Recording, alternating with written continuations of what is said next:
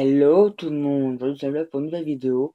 Ça fait très longtemps que je n'ai pas eu sur la chaîne, donc ça va être un Animal Mailbox, puisque le samedi vont revenir progressivement, puisque faut que je recommence à lire, puisque bah avec les examens qui approchent, le temps de lecture se réduit grandement. Donc du coup, Animal Mailbox, puis j'ai reçu quand même des livres depuis, à la fin j'en ai fait un qui devait être début janvier je crois. Donc bah du coup on va continuer avec tout ce que j'ai reçu. Il n'y en a pas tant que ça, mais il y en a quand même pas mal en fait, donc on va quand même aller vite.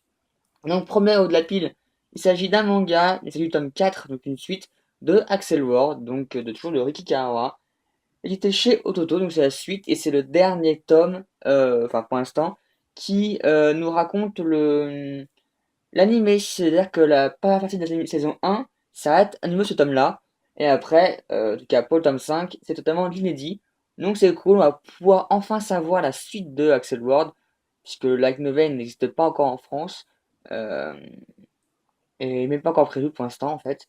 Et du coup, bah, l'animé est fini pour l'instant, même si saison 2 est annoncée, mais on nous la rabâche un peu tout le temps, donc bon. Du coup, avec le manga, on va pouvoir un peu savoir ce qui va se passer après, et ça c'est cool, de savoir enfin, après plusieurs temps, bah, la suite. Suivant, il s'agit aussi d'un manga, il s'agit de One Punch Man, qui a mis très longtemps nous aussi à sortir en France, mais il est enfin là, donc chez Kurokawa. Ça reprend, pour ceux qui connaissent, je pense pour beaucoup, l'animé qui a eu lieu il n'y a pas très longtemps. Voilà, simplement, c'est l'histoire de Sataima, qui, bah, qui tue tout le monde en un seul coup. Et du coup, bah voilà, ça arrive en France et le tome 2 est sorti, même si j'ai pas eu le temps encore d'aller l'acheter. D'ailleurs, il faudrait vraiment que j'aille le faire, enfin, c'est n'importe quoi, le faire de ce pas en fait, quand j'ai le temps. Petite coupure, la météo décidé de me faire chier avec le nuage. Merci. Donc du coup, je disais que le suivant, c'était Merlin, donc tome 2 de chez Nathan, que j'ai reçu en service presse. J'ai toujours pas fini la première trilogie, donc enfin la première, pas trilogie, mais la première, premier cycle, dont il va falloir que je m'y mette aussi, puisque là j'ai reçu les deux premiers tomes du cycle 2. Non, c'est le tome 1 du cycle 2. Livre 2, non, 2 livre 2. Donc c'est bien le livre 2. Donc voilà, faut vraiment que je me bouge, j'ai lu que le tome 1 en fait. Cycle 1, du coup. Mais bon. Suivant, il s'agit du tome 3 et la fin, je crois, de les aventures de Noah Thorson. Donc j'ai lu que le tome 1 aussi, j'avais beaucoup aimé le tome 1. Le tome 2, je l'ai dans la pile, il faut vraiment que je le sorte, parce que m'avait bien plu à l'époque le tome 1.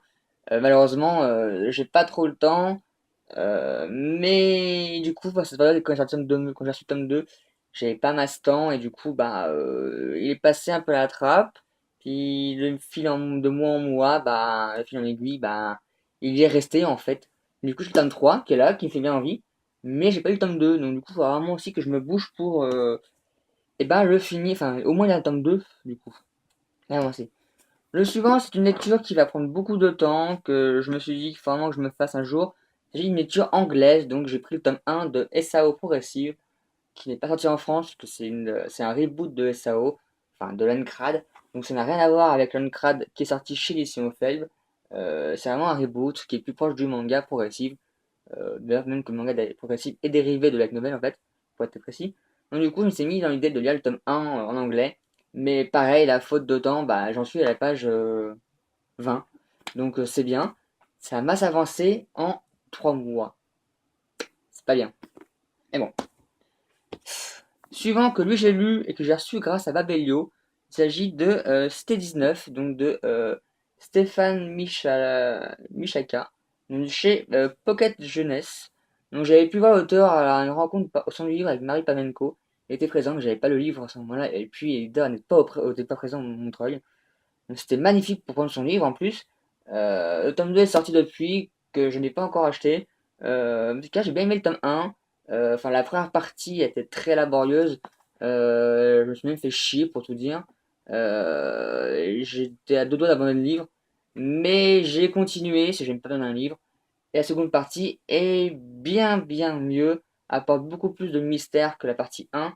Et voilà. Mais la chronique est disponible sur le blog si vous avez envie, pour plus de détails, qui est assez long quand même, au niveau de la chronique. Suivant que j'ai aussi eu au salon de Montreuil, grâce à une petite peluche à livre, magnifique, de chez Michel Lafon, il s'agit de Dreamology. Donc j'ai pu lire aussi, bah, quelques citations sur le blog au niveau de la chronique. il n'y a pas le nom, de Lucy Keating. Donc voilà, c'est une histoire assez classique. La fin aussi est classique. Dans l'ensemble, c'est pas une révolution, c'est sympa, ça se lit sans prise de tête. C'est vraiment le genre de livre qu'on peut lire le soir sans réfléchir vraiment, enfin, sans avoir besoin de réfléchir à certains livres. Il y a des livres en fantasy, il faut réfléchir pour tout comprendre. Là, c'est pas le cas. Donc c'est fun, c'est toujours le petit livre qui détend, qui peut être sympa et que je pense que beaucoup de gens pourraient aimer, surtout quand on est assez jeune, tout simplement. Pareil, la chronique est sur le blog déjà, donc là-dessus, vous avez plus de détails. Suivant qui est sorti et qui est aussi à Service Price, il s'agit du troisième tome de SAO, donc Phantom Bullet, qui est sorti en février chez les Ophel. Donc c'est la première partie de la saison 2 de l'animé. Pareil, là aussi, toujours un égal de lire du SAO. Surtout qu'en plus, on approche enfin, après le suivant qui sortira en juillet, avec sa tome 4, ça sera le dernier tome sorti en animé. Donc on approche enfin du fameux arc que tout le monde nous parle, et que, bah, enfin, on va savoir ce qui se passe dedans. On a hâte, bordel. Suivant, il s'agit de manga, donc c'est un peu particulier puisque le tome 17 de Nisekoi est sorti. Donc je ne comprends pas Nisekoi, hein, à force vous pouvez le voir. Et il est sorti aussi en même temps Nisekoi, les histoires sentimentales qui en fait n'a rien à voir avec Nisekoi, à part à part le dernier. En fait, c'est toutes les histoires de prépublication, parce que au Japon, les mangas sont prépubliés dans un magazine, et ils passent par plusieurs étapes pour être validés et autres. Souvent, les auteurs font plusieurs essais qui sont plus ou moins concluants, plus ou moins réussis, plus ou moins approuvés par le public. Et là, Kazim nous a proposé de sortir tout en un, peut-être pas tous, je sais pas du tout, mais les différentes histoires de l'auteur, donc de Noashi Komi.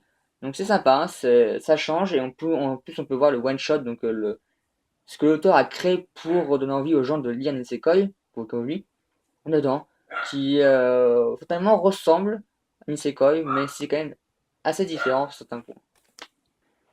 Tome suivant, il s'agit du tome 12 de l'Épouvanteur, donc c'est l'avant-dernier de la saga.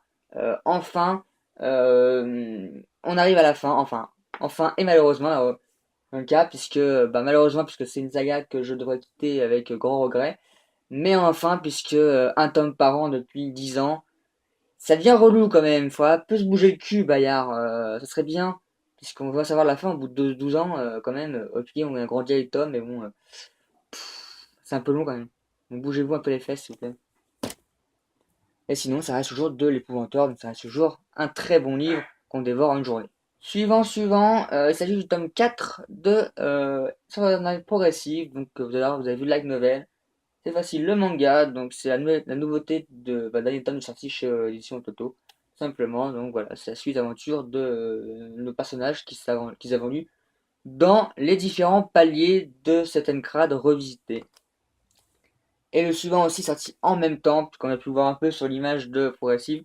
Il s'agit du tome 5 de Axel Ward. Donc comme je disais tout à l'heure, enfin, ce tome est de l'inédit, enfin plus ou moins, puisqu'il fait partie c'est un combat qui n'a rien à voir avec Kirito, donc ça pourrait faire à beaucoup de gens, on dit on a crossover. Et le suivant, bah on avait un peu vu la scène animée, mais c'est différent. Donc du coup ça arrive, la différence est là. Même si la fin me laisse penser que peut-être ça va rejoindre un peu l'animé. Donc plus ou moins de l'inédit. J'en sais pas plus. J'ai pas le tome 6 et je sais pas à quoi du tout ça ressemble.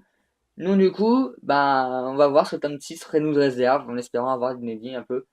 Pour être un peu, bah, avoir de la nouveauté quand même. C'est bien des fois. Suivant que j'ai aussi reçu en même temps, il s'agit du tome 3 de Space and Wolf. Donc de chez Ophel. Malheureusement, je n'ai pas encore eu le tome 2. Vous allez me dire pourquoi alors qu'il est dans la pile depuis, dans ma tête depuis longtemps. Tout simplement parce que j'avais lu le manga à l'époque. Et le manga est très fidèle et ressemblant au manga. Je crois que j'ai fait une confusion entre light novel et manga d'ailleurs. Magnifique.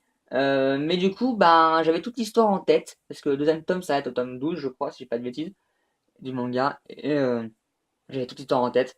Et du coup, ça m'avait un peu, entre guillemets, pas gâché, mais moins donné de suspense sur le tome 1. Donc, du coup, j'avais vraiment envie d'avoir oublié le tome 2, de tout avoir oublié de l'histoire quasiment, mettre un peu de temps, et du coup, plonger dans le tome 2, et du coup, quand les petits passages d'action et de révélation sont là, être, entre guillemets, surpris vraiment. suivre l'histoire en fait et pas être me dire ah oui c'est vrai c'était comme ça. Donc, simplement du coup j'avais attendu le tome 2. Donc du coup ton 3 est sorti, je pense pas tarder à me mettre dans le tome 2 et du coup suivre le tome 3 pour avoir enfin cette fois-ci l'inédit total puisque le tome 3 est jamais sorti en manga pour l'instant. À moins que je dise une grosse bêtise et je vais me faire frapper. Ou pas. Suivant que j'ai précommandé qui sort presque dans un mois et demi en fait. Un mois. Il s'agit d'un livre d'une amie, donc de Mélanie Baranger, donc Au-delà des limbes, donc c'est son premier nom, pas du tout en fait. Son roman qui sortira du coup le 7 mai à la plume blanche, donc que j'ai pu le précommander. Et les précommandes sont arrivées vachement tôt en fait. Donc du coup c'est cool, du coup j'ai sous la main. Il est pas très gros, donc du coup je pense que ça va être une lecture sous peu en fait, tout simplement.